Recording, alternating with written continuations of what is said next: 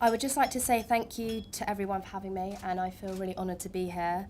And I just want to share my personal relationship with Cry and why it's such an important charity to support for me.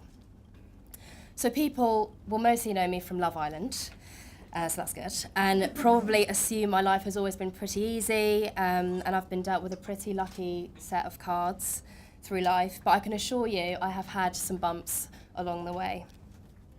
So coming off of a reality TV show and into the spotlight, I wanted to make sure that whatever I did was credible and to support such an amazing charity like Cry. So I was really thrilled when I was asked to be here, mainly because a charity like Cry could have helped me so much when I was in my teens. So I actually have a really weird perception of death and why people die, and I always find myself thinking, you know, why them? Why them? Why not me? Or why not you? And you know, it doesn't seem to be fair. And Harry was such an amazing person, and I always just think that, you know, does someone just sit in the sky and just pluck people from the earth? I mean, I find it something really hard to understand. It seems to me like all of the most cherished people on the earth get taken away from us so early. So the reason I have these thoughts is because when I was 17 years old, I lost 3 people in my life in the space of 2 months, and one of those was Harry Faulkner. I remember the day so vividly. It was February the 13th, 2013, when I got a call off our friend Ali Layton. And I was actually at my cousin's funeral at the time, and it's something that will always resonate with me. So I panicked, and I remember I was in the car with my mum, and tears were kind of falling out of my eyes, but in my head I was kind of thinking, surely not, like I spoke to Harry yesterday, I knew he was playing a squash competition, I'm pretty sure I walked to my next lesson with him, and I just couldn't wrap my head around the fact that someone had just said this heartbreaking news. It was a really hard day, but it was really true, and to be honest, I was really broken and perplexed by the entire situation.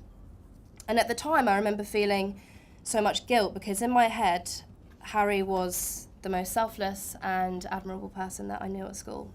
I mean, he got good grades, he was polite to everybody, and he was the one to give me the scarf when it was cold in the winter. But don't get me wrong, it was definitely Donna that wrapped him up like a snowman when it was winter. But I couldn't get to grips with why something like that would ever happen to a boy like Harry.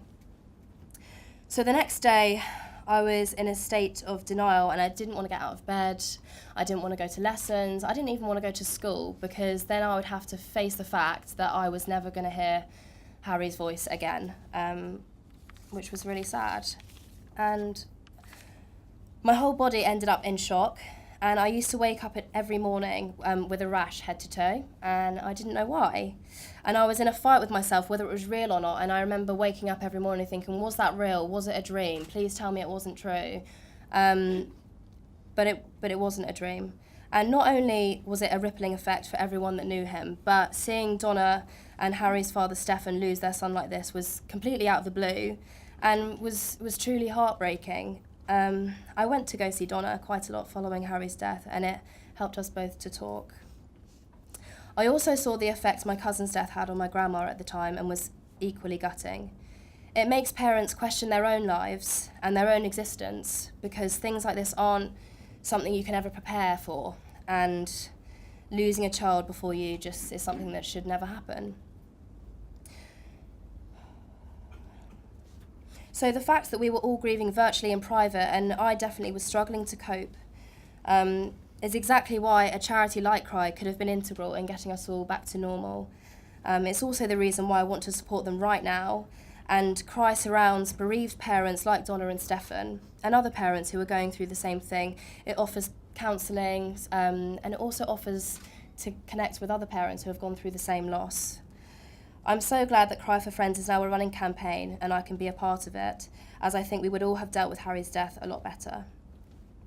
I hope this gives children and adults a place to go and talk about their feelings and speak to professionals to help them through what I went through, because often people have to go through it on their own.